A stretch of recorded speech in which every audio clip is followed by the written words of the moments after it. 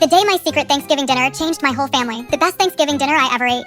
Cost me my entire car allowance for 3 months, and honestly, worth every single penny. Growing up, my mom was totally obsessed with baking. Not because she loved sweets, but because she was locked in a bitter, silent rivalry with my dad's new wife, a woman she had literally never met. Every single holiday felt like a high-stakes baking show, and every year, we were the forced judges. My mom would spend days watching tutorials, and then try to recreate pastries she absolutely did not understand. One year, she tried making a traditional French fruit tart, but used canned fruit cocktail and warm cream cheese. Another time, she tried a gourmet apple pie, and somehow set the decorative kitchen hand towel on fire while she was still holding it. But there was one golden rule in our house. You never, ever criticize mom's baking. Once, my younger brother mentioned her biscuits were a little hard, and she made him write a full apology letter to the flour bag. So, by the time I turned 16, we had all mastered the art of the fake compliment. Wow, so unique, very adventurous flavor, which was family code for, please, throw this in the trash immediately. Then came the ultimate showdown, the annual neighborhood Thanksgiving block party. For weeks, my mom practiced her signature dessert, a spicy pumpkin lava cake. Sounds interesting, right? It wasn't. The center was neon orange, and it smelled like cinnamon and kerosene had entered a toxic relationship. The night before,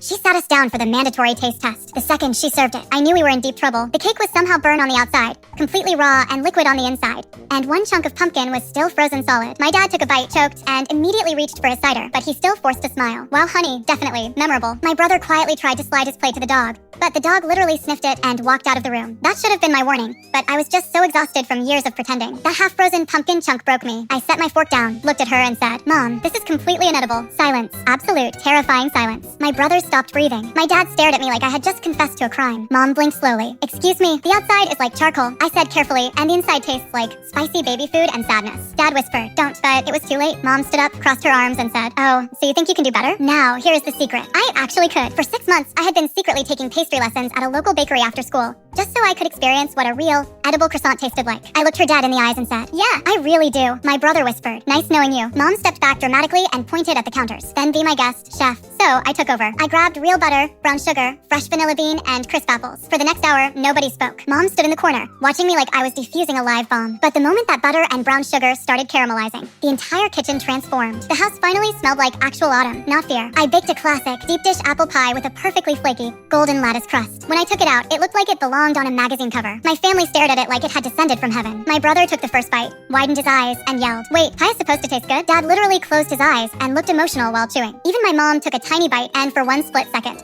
she looked utterly shocked and deeply offended because she knew it was incredible. My brother asked for a third slice. The dog sat right at my feet, and Dad quietly asked if I could bake the actual pies for the neighborhood party. The kitchen went dead quiet again. Mom looked at me, cleared her throat, and said, "You are officially grounded from using the car." "For baking a pie?" I asked. "No," she said coldly, "for completely outshining me in my own kitchen."